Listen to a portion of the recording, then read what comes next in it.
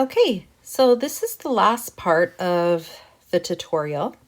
What you want to do is add the details now. So as per usual, I'm going to move this a little bit. Okay, as per usual, if you look at my layers, you want to keep the very, very top layer the outline. Unless you don't want to have an outline at all, which is an option. But I like to keep that outline there.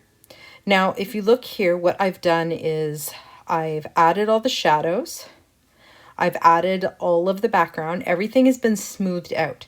Now, at this point, you want to add all of the details. So when I say details, what I mean is the areas that you're not going to smooth. So to do that, I am going to use a marker setting. So if you look, there's a bunch of markers right there. Copics are actually forms of marker. So there's a Copic pen, there's a fine nib, there's a medium nib, and there's the broad nib. So there's also different kinds of markers here. So you can look here under the glow area, and there's also some over here under the basic area. So I'm going to use this one, the vintage marker. The one thing with the vintage marker you have to keep in mind is that it does have like a flat look to it. So you want to be okay with that flat look. Now I'm going to start with the trunk of the tree. And to do that, I need to find a darker brown that I'm going to use. And the darker brown that I use is also going to be a bit gray because that's what color it is on the original picture. And remember, you can always bring that up to kind of get an idea. And you can like block out other areas if you want to have a better idea of what that dark color looks like. Okay, so I like to make sure, you want to make sure all the layers are there right off the bat, just so that things look correct. So right here, I'm just kind of adding it in. Now, I'm going to go a little darker.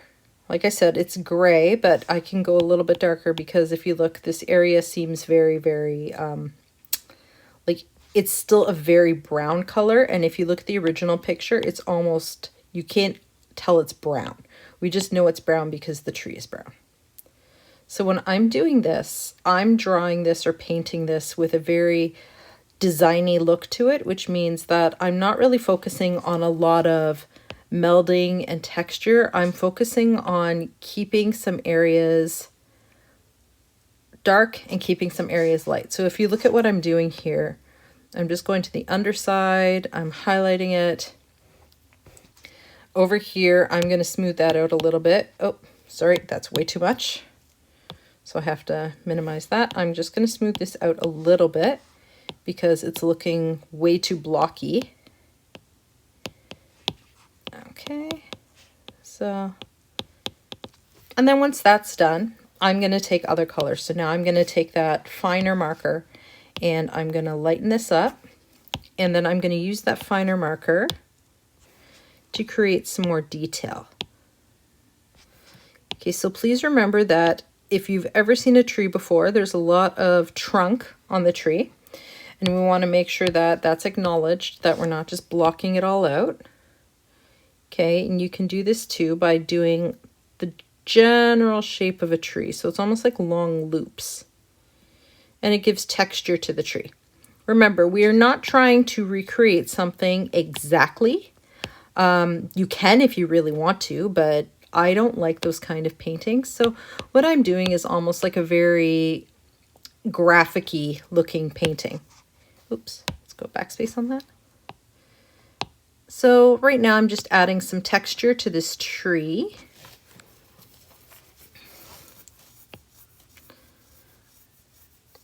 Okay, coloring it in. You can always like do a really, really big zoom like this if you want to add more texture.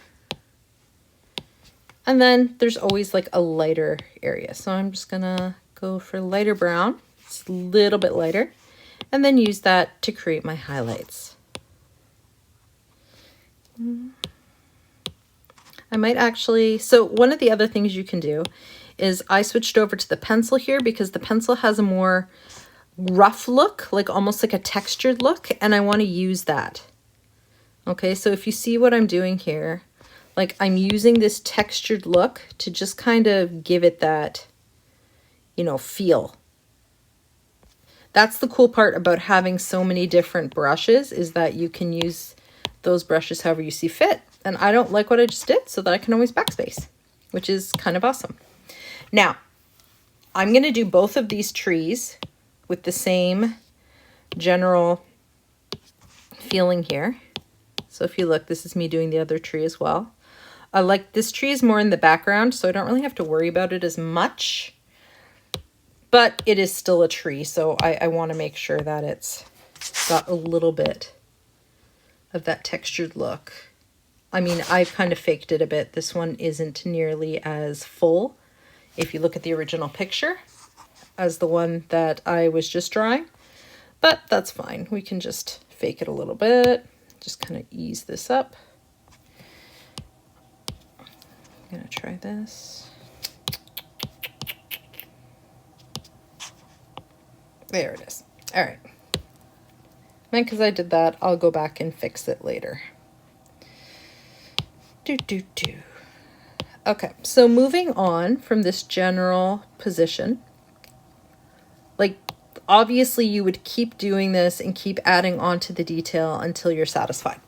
But because I'm not going to do the entire thing in front of you because that would take hours, what I'm going to do is show you some other areas that we're going to work on. So a big part of this is using the different brush strokes. So right here, like I said, it's the marker.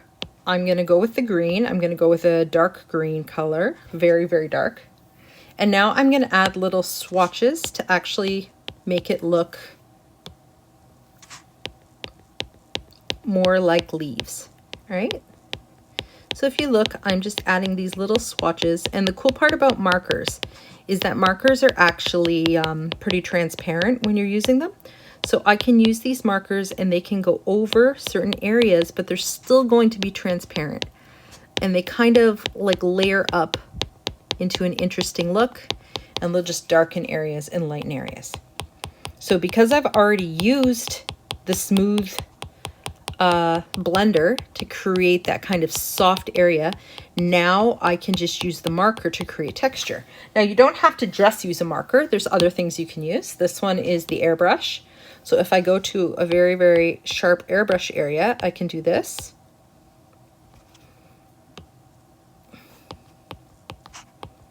And I can also create texture that way. I can do it with this, which is a paintbrush.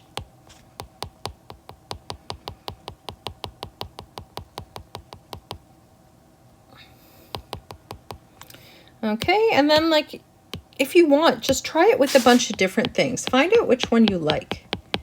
So which one works best? This one is a charcoal.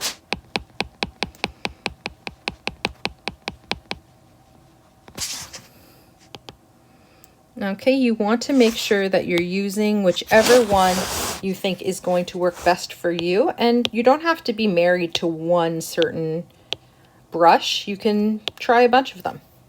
So imagine I did that for the entire tree.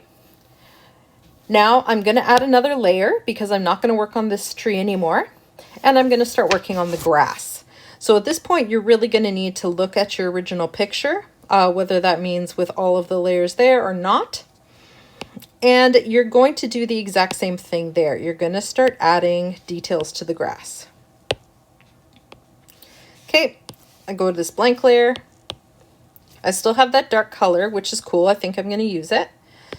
And you can find brushes or different things that you want to add onto it.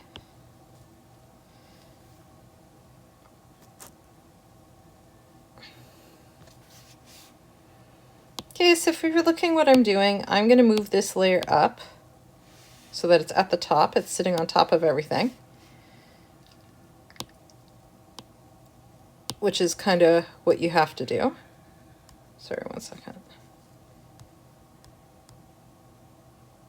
Oh, close enough. All right, so then if you're looking, I am just adding in the texture for the grass. I'm using these blocked areas that I drew in. And remember, I don't necessarily have to keep these like pencil lines anywhere either. I can add them in, I can take them out. What I often do is, even though I'm done with the smoothing area, I'm going to use a brush to smooth it out a little bit, especially a brush like this. So if you look, this is a different kind of brush. It's not as smooth as the other one. It gives you a bit more like a rough look to it. So I'm going to use that to kind of smooth out my area and to make my grass look like it's more textured.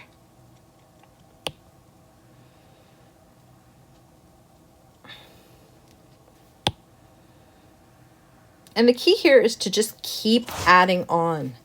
Okay, so you're working in layers. So if you look here, I've got another one. I'm going to grab another thing. It's a little too close to the original color, but I'm going to keep adding in layers and keep working here. Okay, just by adding these layers and leaving that texture available, I'm kind of just adding a little bit to this. If it goes like that and it's too light, you need to change your color.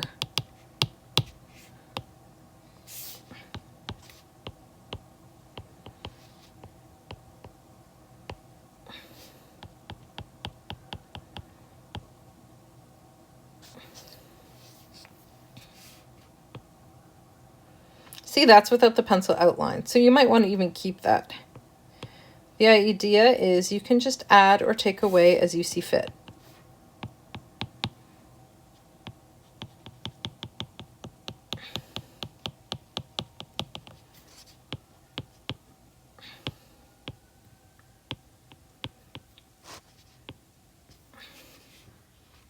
Bring that pencil outline back because I like it.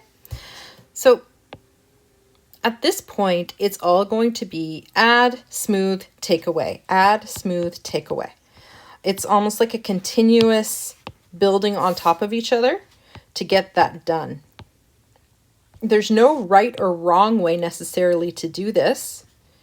It's just more instinctive. Like, at what point are you done? Pretty much it's when it looks done, when it feels complete to you. For some of you, that might be very quickly. For some of you, that might take a longer time. Like, it is what it is. So I'm going to keep working on this, and I hope you guys are working on it too. Just keep adding to it, keep taking away, press the different brushes, give it a try. You want to experiment a lot with this thing. The very last thing that you're going to do, once you're done all the details, is you add one more layer. You're going to move down the opacity, get the marker, and pick a darker color. Then after that's done, you're going to color this in. What this is the shadow of the trees. Okay, once you've got that marker, you're going to get your smudger and you're going to smudge it out a little bit. And then you're going to repeat. So you're going to repeat that action over and over until it looks natural. So until it starts to blend in with the general area and it looks more natural. So generally, that is what you do. That's how you finish this off. This final part is the part where you can get a little more creative. You can add some texture. You can do other things with it. The rest of it is just a base painting. That's how you would paint anything. At this point, it's where you add your own little bits into it. Like, do I want to paint this with an airbrush? Do I want to paint it with a crayon? Maybe markers. So you do have those options. Other than that, though, the basic premise of doing this is all the same. You just want to draw it, starting off general and going specific. You can try different brushes like I am. You can try different things, different opacities. So right now this is a lower opacity, so you should be able to see through it a little bit more. The idea is there's a right and wrong way to start a painting, but there's really no right or wrong way to finish a painting. And that's kind of what I want to drive home with you guys. I want you to try. Okay, so even if it doesn't look good, even if you're not confident in it, the idea is to give it a try, to experiment, to try to get this done in a way that looks good, that feels good, and that is something that is a little bit more creative and a little indicative of your own style. So that being said, the rest of this is pretty much just, you know, you're on your own, you're adding up to it until finally you feel like you've done enough and that you're ready to end the drawing.